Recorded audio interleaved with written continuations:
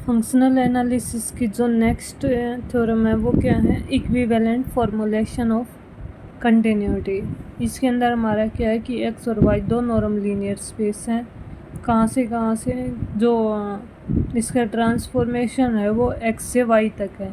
तो हमने इसके 4 पार्ट प्रूव करके दिखाना है, यानी कि फर्स्ट को लेके सेकंड और फिर इसका रिवर्स, यानी कि सेकंड को लेके हमें फर्स्ट, सेकंड को लेके थर्ड प्रूव करना है और थर्ड से सेकंड प्रूव करना है। इसी तरीके से सेम चारों पार्ट प्रूव करने हैं।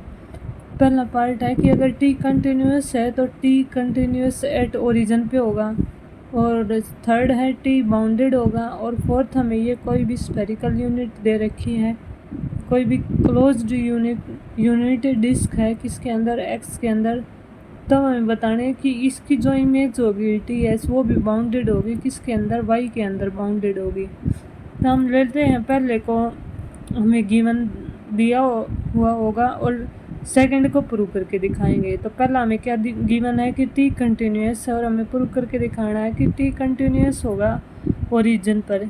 अब टी कंटिन्यूस है तो हमें पता है कि टी अगर कंटिन्यूस है तो टी एक्स के हर एक पॉइंट पर कंटिन्यूस होगा, और एक्स के हर एक पॉइंट के अंदर क्या होगा, उसका ओरिजिन भी आएगा। तो टी हमारे पास क्या होगा, कंटिन्यूस होगा किसी भी ओरिजिन पर। अब हमें सेकंड को लेके फर्स्ट को प्रूव करके दिखाना है इसका रिवर्स, यानी कि टी क्या है, कंटिन्यूस है एट ओरिजिन, उसको हमें प्रूव करके दिखाना है कि टी सिंपल कंटिन्यूस भी होगा। तो क्या दे रखा है, T is continuous at origin, और एक्स हमारा कैपिटल एक्स से बिलोंग करता है, एक्स एन कोई भी सीक्वेंस ले ली। अब हम किस पर कन्वर्ज कर रही है, एक्स पर कन्वर्ज कर रही है। X N continuous at origin पर दे रखा है, और क्या है कि एक्स एन कंटिन्यूस की जो कंटिन्यूस के लिए जो हम डेफिनेशन यूज़ करते हैं कि जो एक्स एन किसको कन्वर्ज करेगा, एक्स को कन्वर्ज करेगा। एक्स एन हम एक्स को इस साइड लेकर आएंगे, एक्स एन माइनस एक्स क्या हो जाएगा, जीरो को, इस पर हम ट्रांसफॉर्मेशन लगा देंगे, टी का ट्रांसफॉर्मेशन जीरो पर लगाएंगे तो जीरो हो जाएगा। और T X N minus T X transformation की प्रॉपर्टी है कि अलग अलग ओपन हो जाएगा। यहाँ से टी एक्स एन अगर इसकी वैल्यू जीरो तो इसको हम इस साइड ले जाएंगे, यानी कि टी एक्स एन किसको कन्वर्ज करेगा, टी एक्स को। ये हमारे पास क्या होती, कंटिन्यूस की डेफिनेशन होती है। अब हम क्या लेंगे, टी को कंटिन्यूस लेंगे ओरिजिन पर, और टी को हम क्या दिखाएंगे, बाउंडेड दिखाएंगे। इसको हम किससे प्रूव करेंगे, कंट्राडिक्शन से प्रूव करेंगे कि हमने मान लिया क्या है कि टी क्या है, अनबाउंडेड है। अगर टी बाउंडेड होता तो ये हमारे पास ये उस बाउंडेड की डेफिनेशन से ये आ जाता कि जो नॉर्म ऑफ टी एक्स वो less than equal to K norm of x. अब हमने मान लिया कि टी अनबाउंडेड है। अब अनबाउंडेड है तो ऐसा कोई के एग्जिस्ट ही नहीं करता जो इसको सेटिस्फाई करता हो। तो हमने मान लिया कि ये किस तरीके से होता है कि जो नॉर्म ऑफ टी एक्स है ना वो ग्रेटर हो जाएगा। यहाँ तो हमारा लेस था और यहाँ पर क्या हो जाएगा, ग्रेटर हो जाएगा एन और नॉर्म ऑफ एक्स एन। इस पूरे को हम इस साइड लेके आ गए, इस पूरे को हम इस साइड लेके आ गए, तो यहाँ क्या बचेगा 1, और इसका हमने क्या ले लिया, नॉर्म ले लिया। और इस साइड क्या बचेगा, वाई। इस पूरी टर्म को हमने क्या मान लिया, वाई मान लिया, यानी कि ये हमारे पास क्या हो गया, T Y greater than equal to 1 हो गया। वाई एन की वैल्यू हमारे पास क्या आ गई, एक्स एन बाई एन और नॉर्म ऑफ एक्स एन, ये आ गई। यहाँ से अगर वाई एन का हम नॉर्म लेंगे तो एक्स एन का नॉर्म हो जाएगा नीचे एन और डिवाइड में norm of x. Norm of x से नॉर्म ऑफ एक्स कैंसिल हो जाएगा, क्या बचेगा 1 बाई एन। अब जब n जीरो को टेंड करेगा तो वाई एन, अगर n इन्फिनिटी को टेंड करेगा तो हमारा 1 बाई इन्फिनिटी क्या हो जाएगा, जीरो। तो वाई एन किसको टेंड कर जाएगा, जीरो को, जब n इन्फिनिटी को टेंड करेगा।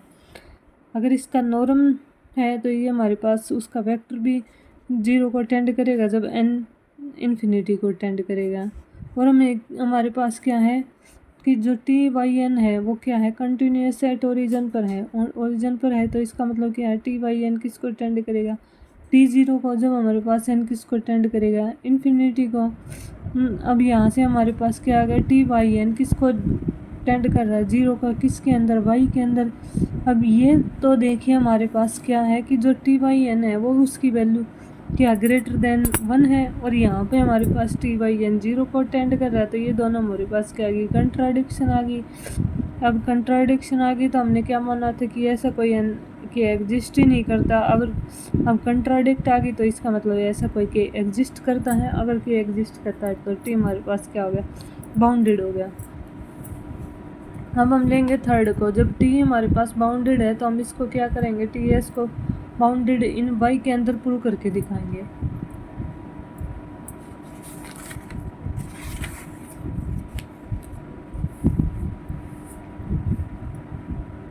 अब है थर्ड से टी हमें क्या दे रखा है, बाउंडेड है। बाउंडेड दे रखा है लीनियर ट्रांसफॉर्मेशन, तो हम बाउंडेड की डेफिनेशन लगा देंगे।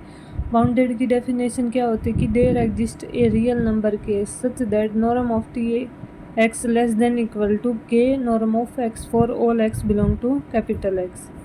अब हम प्रूव करना है कि जो टी एस है वो क्या है, बाउंडेड है, किसके अंदर, वाई के अंदर है, अंदर प्रूव करना है। और इसके लिए इसको प्रूव करने के लिए क्या लेंगे, जो टी एक्स है less than equal to K norm of x. अब एस के अंदर हमारे पास नॉर्म ऑफ एक्स वो क्या है, लेस देन इक्वल टू 1। अब ये लेस देन इक्वल टू 1 है तो ये हमारे पास T X less than equal to K. अब यहाँ से क्या हो जाएगा, एक्स हमारे पास क्या है, एस से है बिलोंग करता है, और टी एक्स हमारे पास किससे बिलोंग करता है, टी एस से।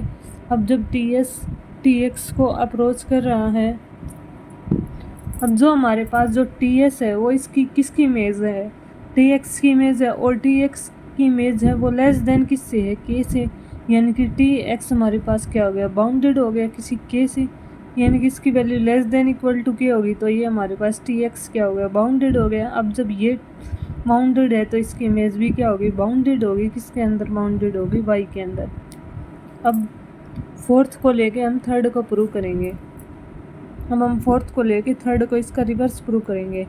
इसका रिवर्स क्या है कि टी हमारे पास क्या है, बाउंडेड है, और इसको हमें फोर्थ को लेके हमें क्या प्रूव करना है, थर्ड प्रूव करना है। यानी कि एस हमें दे रखा होगा और टी एस के अंदर उसकी कोई भी बाउंडेड इमेज वाई होगी, तो हमने सिंपल टी को क्या प्रूव करके दिखाना है कि वो बाउंडेड है।